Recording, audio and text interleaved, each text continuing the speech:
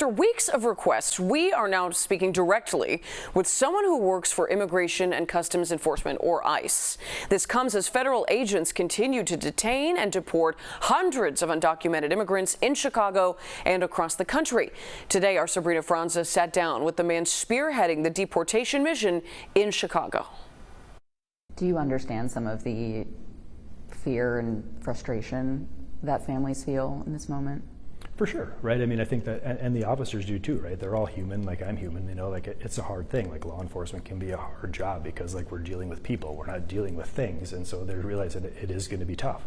There's times when, like you said, that you do have to arrest a dad and then, you know, the mom and family is there. Like, don't think that doesn't have an effect on the officers, because it does. Sam Olson is the field office director for ICE in Chicago, in charge of an immigration enforcement operation previously staffed, we're told, 5 days a week.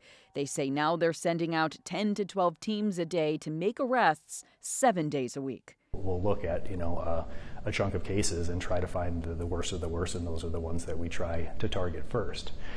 In addition to those, right, we have just cases that might have final orders of removal already, where an immigration judge has ordered them removed. Do you know some people that have reached out saying that their loved one has been arrested but has not committed any serious crimes, hasn't been convicted of any serious crimes? So how did those people get mixed up into the worst of the worst that you're describing?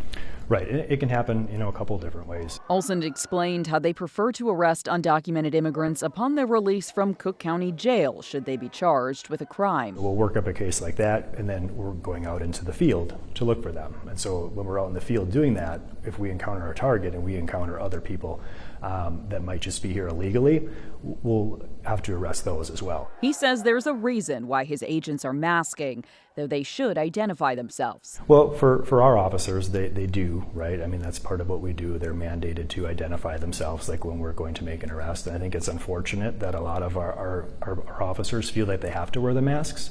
And that's something that's come down more recently, right? We didn't see that often. And where it's coming from is that there have been officers, you know, thankfully none here yet, but nationwide, that are getting doxxed, right? Like they're out there doing their jobs, and they're getting their pictures taken, and they're getting their faces posted on the internet with their home addresses. Earlier, Olson brought House Speaker Mike Johnson on a tour of their offices and holding facility. So I saw the holding facilities here, and what stuck out to me is they need upgrades. This facility was, I think it was last updated in 2008. So this is long overdue. The technology's changed, and a lot of the facility requirements are not being met here because they don't have the funding for it. Johnson pushing for a budget bill with $45 billion to expand ICE detention capacity. How do you plan on informing Americans about where the money is going and where it's being taken from so that there is that transparency that you support? Yeah, I agree. We want to be completely transparent.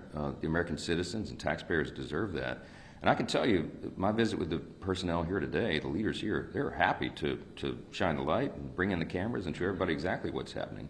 To the extent they're able to do that under given law. We were not able to tag along for that tour of the holding facility. We did ask. We'll have more with the ICE field director about why folks have been detained during immigration check-ins, coming up at 6. In the newsroom, Sabrina Franza, CBS News, Chicago. Thank you, Sabrina.